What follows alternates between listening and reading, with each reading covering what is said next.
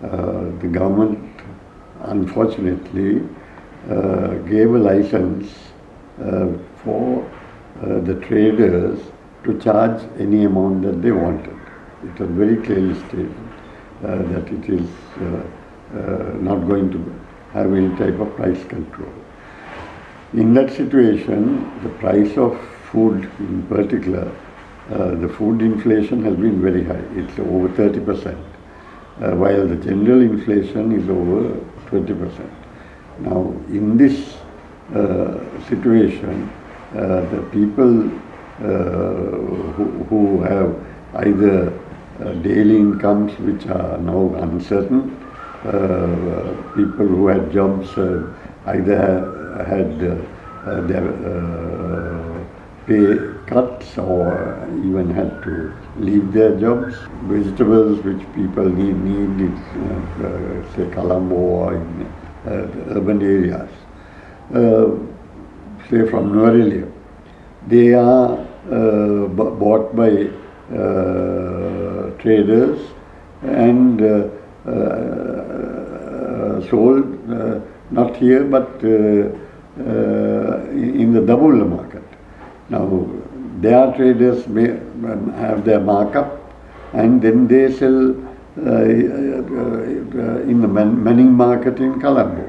The price is further increased. Then from the Manning market it goes to the economic centers where the traders there raise it further. And from that point onwards, it's the retailer has his markup. So the consumer has to pay a very high price, and on the other side, the cultivator, the grower, the producer doesn't get a fair price. For instance, the MRI carried out a survey several months ago and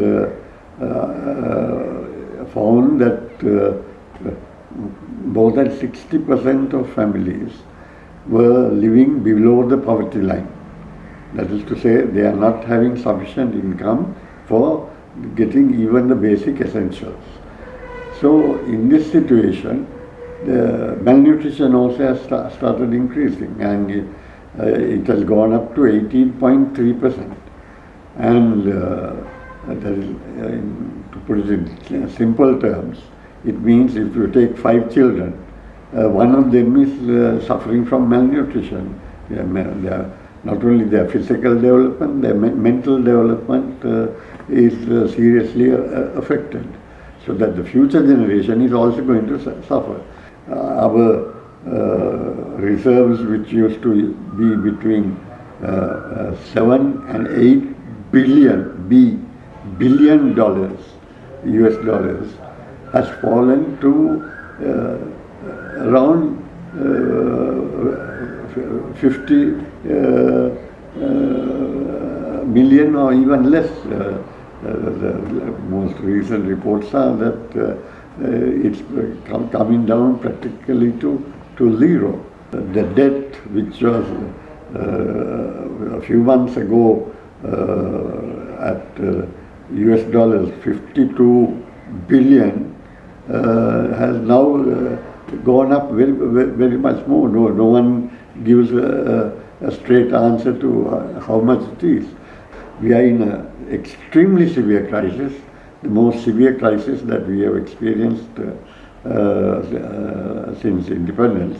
The government is not taking the necessary action to intervene and help the people even. Internally, the government should develop the cooperative movement, both producer cooperatives and consumer cooperatives. Food control department was developed. The marketing department was developed. We are having a situation where the rich are able to import whatever they like there is no or very little control being exercised by government to reduce the imports. So there must be an insistence on importing only what is absolutely essential. Then at the same time, our raw materials are being exported, whether it is graphite from Bogala and other mines, the phosphates, the ilmenite, etc. From Pulmude and that whole belt. These are highly priced in the world market, and countries are developing all sorts of industries based on these, and we are just exporting the raw materials at a low cost, and the benefit is going to countries abroad, while our people are not benefiting. So we have to develop those industries within our country, and that can be done. We had a meeting with the President and Ali Sabri, the former Minister of Finance. The 10-party grouping that the LSSP is a member of. And during the discussion, I asked Ali Sabri directly, why haven't you resorted to the moratorium on debts which other countries have resorted to? Uruguay, Argentina and so on have done that. That is, for a period of about 5 years, you tell the people who have the creditors that we are unable to pay, give us time, and we don't pay. For instance, $6 billion last year.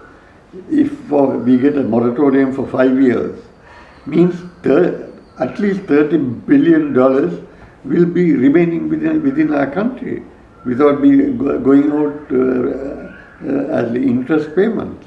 Now that money then can be utilized to supply the needs of our people, and at the same time to build up our economy. We asked for discussions with the President. President refused to meet us. We were directed to discuss political issues with the Prime Minister, any financial issues with the Secretary to the Treasury, which and they are not the people who take the decisions, it's the President who takes the decision. And he is the one who is basically running the country. Going into the IMF is no answer, because the policies that they espouse are to keep on importing as much as possible as part of the world market, you see. And they say that if you do that, then our exports will be bought abroad. But we are exporting raw materials which give us only a small pittance, which is not sufficient to emerge from this situation. We have been told by Ali Sabri very clearly while he was finance minister that they are going to take 3 to 6 months to give us any money, and how much are they prepared to give us? Between 300 and 600 million. That is not even 1 billion. And we have to pay more than 6 billion just for servicing our debts. So they are not giving us a solution. We are now selling sovereign bonds, and which means getting money on short-term loans at a very high interest rate which we have to pay, and getting deeper into debt, and the economic crisis is getting worse and worse. For instance, the president was invited by the president of China to pay a visit. He didn't take that offer. China is today the number one economy in the world. Right? America has dropped to the position number 12. Right? And the outlook is the traditional one of looking to the America, to Europe, to the West and Japan as the countries that are going to be our friends to help us out, and in the process the government has been alienating the people who really have the money, China and Russia, and those countries are even prepared to trade not in dollars but in our own currencies, so that it doesn't affect the dollar reserves. So those opportunities are there, but without taking them, we are trying to continue on the old track, which has brought us into this difficult position.